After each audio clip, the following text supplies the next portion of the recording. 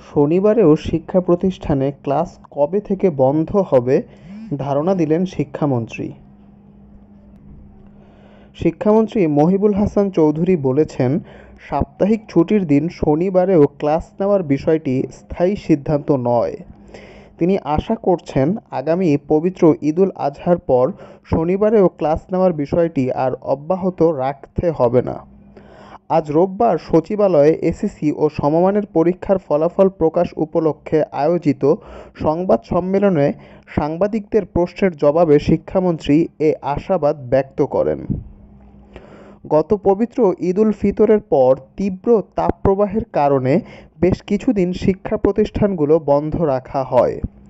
পরে শিক্ষা প্রতিষ্ঠান খুললেও শিক্ষা মন্ত্রণালয় শনিবারেও ক্লাস নেওয়ার সিদ্ধান্ত নেয়।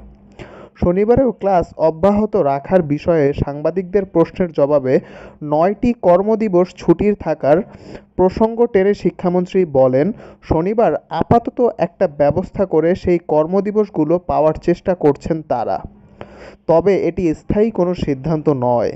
তারা এ নিয়ে এনসিটিবির সঙ্গে আলোচনা করছেন। অধিদপ্তরগুলোর সঙ্গেও আলোচনা হচ্ছে। শিক্ষকদেরও বিশ্রামের প্রয়োজন আছে, শিক্ষার্থীদেরও বিশ্রামের প্রয়োজন আছে।